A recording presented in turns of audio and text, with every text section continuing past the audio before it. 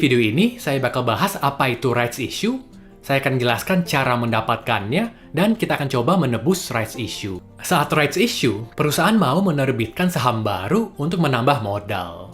Ingat kalau ini sudah dilakukan sebelumnya pada saat IPO, di mana uang bergerak dari masyarakat ke perusahaan. Setelah IPO, sehari-hari perdagangan saham itu terjadi antar masyarakat.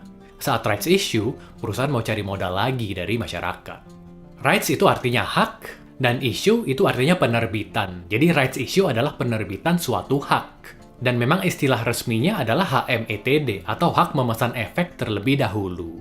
Kenapa bisa memesan terlebih dahulu? Ya kita harus tahu juga tentang Undang-Undang PT atau Perseroan Terbatas yang menyebutkan bahwa saat ada penambahan saham baru, pemegang saham lama atau existing harus ditawarkan kesempatan untuk suntik modal duluan.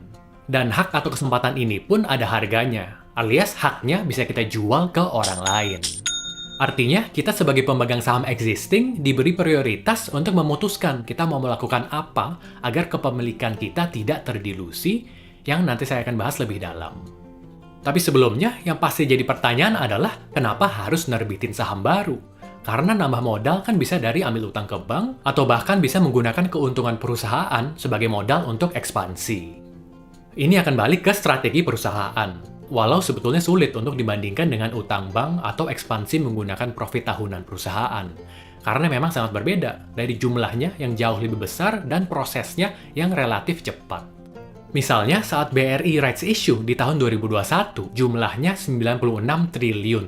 Itu sekitar 4 kali pendapatan tahunannya. Jadi kalau dibilang kenapa nggak dari cash flow atau keuntungan tahunan, ya masa harus nunggu 4 tahun baru bisa melaksanakan strateginya? Dan resikonya pun lebih kecil dari ngutang. Karena kalaupun strateginya tidak berhasil dilakukan, tidak akan terbebani dengan utang dan bunga yang harus dibayar selama bertahun-tahun.